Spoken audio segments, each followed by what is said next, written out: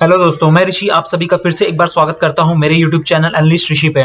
अगर आप इस चैनल पे नए हैं तो सबसे पहले इस चैनल को सब्सक्राइब कर दीजिए और बेल आइकन पे क्लिक कर दीजिए ताकि इन फ्यूचर अगर मैं कोई वीडियो डालता हूं तो उसकी लेटेस्ट नोटिफिकेशन आपको सबसे पहले मिल सके। तो दोस्तों, आज के वीडियो में हम देखने वाले हैं वांडाविजन के सीजन 1 के एपिसोड 4 की एक्सप्लेनेशन। मैं आपको बता देना चाहूंगा, अगर आपने सीजन 1 के एपिसोड 1, 2 और 3 को नहीं देखा है तो प्लीज उसे देख लीजिए। अदरवाइज ये जो 4th एपिसोड है ये आपके सर के ऊपर से जाएगा।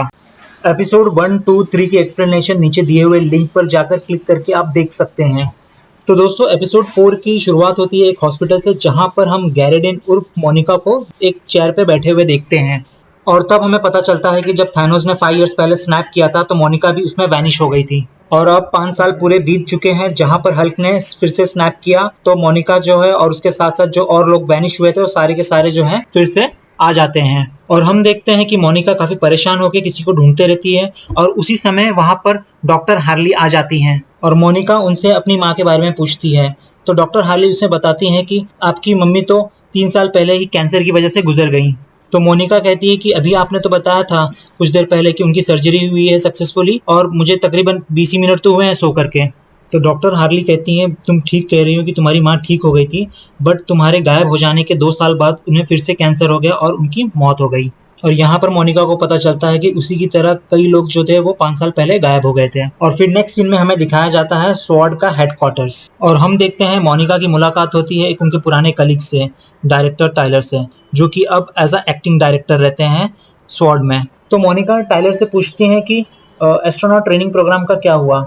तो डायरेक्टर बोलते हैं कि उसका कोई खास रिजल्ट नहीं निकला और वह कहते हैं कि हम अब उस तरह के मिशन पे फोकस नहीं करते हैं, अब हम फोकस करते हैं एआई, रोबोटिक्स, नैनोटेक और सेंटिएंट वेपन्स पर।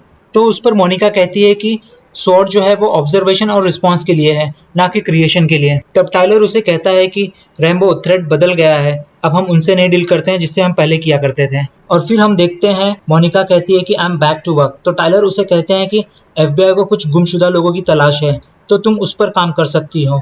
और फिर मोनिका टाइलर से कहती है क्या मैं अब ये सब करूंगी। तो टाइलर उसे बोलता है कि आपकी मॉम ने एक गाइडलाइन सेट किया था जहां पर उन्होंने कहा था कि जो भी वैनिश लोग हैं अगर वो आते हैं तो उन्हें हम टेरेस्ट्रियल मिशन असाइन करेंगे। और फिर हम देखते हैं कि मोनिका जो है वो ऑफिसर वू से मिलने के लिए निकल जाती हैं। और दोस्तों, जो ऑफिसर वू हैं उन्हें हमने एंटमैन सीरीज में भी देखा है, अगर आपको याद होगा तो। और हम देखते हैं एफबीआई एजेंट वू एक कार्ड ट्रिक प्ले करते हुए मोनिका से आके मिलते हैं और कहते हैं कि उनका एक कॉप जो है वो मिसिंग है जो वहां पर इन्वेस्टिगेशन करने आया था। तो मोनिका उससे पूछती है कि आपने उनके रिश्तेदारों से तो पूछा ही होगा, उन्होंने यही बोला होगा कि उन्होंने भी नहीं देखा है उन्हें। तो वो मोनिका को सरप्राइज करते हुए कहते हैं कि उनके रिश्तेदार तो ये कहते हैं कि वो जानते तक नहीं उन्हें। तो वो मोनिका को वहां के लोकल ऑफिसर से बात करवाता है, जहां पर वो लोकल ऑफिसर से पूछते हैं वेस्ट व्यू के बारे में। तो लोकल ऑफिसर कहते हैं कि हम तो जानते ही नहीं है वेस्ट व्यू कहाँ है। तो मोनिका उनसे पूछती है तो फिर आप कहाँ के ऑफिसर हैं। तो वो बोलते हैं कि हम ईस्ट व्यू के हैं और हम सीधा सीधा देख सकते हैं कि पीछे बोर्ड पे लिखा होता है वेस्ट व्यू। फिर वो और मोनिका जो है वो एक दूसरे से डिस्कशन करने लगते हैं और उनका कंक्लूजन ये निकलता है कि जो अंदर के लोग हैं वो उनसे कांटेक्ट नहीं कर पा रहे हैं और जो बाहर के लोग हैं वो किसी कारण वेस्ट व्यू को भूल चुके हैं। फिर मोनिका कहती हैं कि अगर ऐसा है तो फिर हमें कैसे याद है। तो यहाँ पर ऑफिसर वो कहते हैं कि ये किसी एक पर्सन की बात नहीं है, यहाँ पर पूरा का पूरा टाउन गायब है, तकरीबन 3892 लोग। और नेक्स्ट सीन में हम देखते हैं मोनिका एक स्वॉर्ड का ड्रोन निकालती है और उसे वेस्ट व्यू की तरफ भेजती है और हम देखते हैं कि कुछ दूर जाने के बाद ड्रोन किसी फोर्स फील्ड के अंदर चला जाता है और वहां से गायब हो जाता है। और फिर हम देखते हैं कि मोनिका ये चेक करने के लिए उस एनर्जी फील्ड के करीब जाती है और जैसे ही वो उसे छूती है वो उसके अंदर चली जाती है। और फिर हमें नेक्स्ट सीन दिखाया जाता है जहां पर हम डार्सी को देखते हैं जिसे हमने थॉर मूवी में भी देखा था और वह यहाँ स्वॉर्ड के फैसिलिटी विजिट करने जा रही होती है। और हम यहाँ देखते हैं कि डार्सी ये नोटिस करती है यहाँ पर और भी लोग आए होते हैं जो अलग अलग फील्ड से होते हैं, बट जब डार्सी उन्हें पूछती है कि वो यहाँ पर किस लिए हैं तो उन्हें भी कोई आइडिया नहीं होता है। तो डार्सी को यहाँ पर पता चलता है कि यहाँ पर सब लोग किस लिए आए हैं वो किसी को भी पता नहीं है अभी तक। और हम देखते हैं कि जो ये स्वॉर्ड की फैसिलिटी होती है ये जस्ट वेस्ट व्यू के बाहर ही बनी हुई होती है, जहां पर अभी डार्सी और बाकी जो बुलाए हुए साइंटिस्ट या फिर जो भी एक्सपर्ट्स रहते हैं वो वहां पर उतरते हैं। और फिर यहाँ पर हम देखते हैं कि डार्सी एक बेस कैंप के अंदर जाती है और वह देखती है कि कुछ ऑफिसर्स ड्रोन को एक दूसरी तरफ भेजते हैं, जहां पर वो पूछती है ऑफिसर से ये ड्रोन से क्या रीडिंग आ रही है। जहां पर वो ऑफिसर डार्सी को रिप्लाई करता है कि ये हाईली क्लासिफाइड है और तुम अपना काम करो। और फिर हम देखते हैं डार्सी अपने बैग से कुछ इंस्ट्रूमेंट्स निकालती है वो एनर्जी रीडिंग को रीड करने के लिए, और वो वहाँ के एक ऑफिसर को पुरानी टीवी और एक कॉफी लाने के लिए बोलती है। और फिर हमें नेक्स्ट सीन में दिखाया जाता है डायरेक्टर हेवर्ड्स को, जो अपने एक एजेंट को सीवर के रास्ते वेस्ट व्यू में भेजते हैं। और फिर वो अपने बेस में आते हैं और हर तरह की रीडिंग की डिमांड करते हैं, बट उन्हें वहाँ पर कुछ नजर नहीं आता। और फिर वहाँ उन्हें हंसने की आवाज आती है और वो सब लोग डार्सी के पास चले जाते हैं। और वह देखते हैं कि डार्सी एक टेलीविजन शो देखती रहती है, वांडा एंड विजन, और यहाँ से उनकी जो पहली लीड है वो उन्हें मिलती है। और हम देखते हैं कि वो हर एक टीवी शो के कैरेक्टर को चेक करने लगते हैं और उन्हें पता चलता है कि इसमें से ज्यादातर लोग वेस्ट व्यू न्यू जर्सी के होते हैं सिवाय एग्नेस के। और यहाँ पर डार्सी को पता चल जाता है कि वांडा से कैसे कम्युनिकेट किया जा सकता है, और यह बात वो ऑफिसर वू को बताती है। तो ऑफिसर वू वांडा से कम्युनिकेट करने की कोशिश करते हैं और वो कहते रहते हैं, वांडा क्या तुम मुझे सुन सकती हो, वांडा क्या तुम मुझे सुन सकती हो। अगर दोस्तों आपको याद हो तो हमने एपिसोड 2 में ये सीन देखा था जहाँ पर एक रेडियो से वांडा करके आवाज आती होती है। तो यहाँ पर हमें पता चलता है कि वह आवाज किसकी होती है।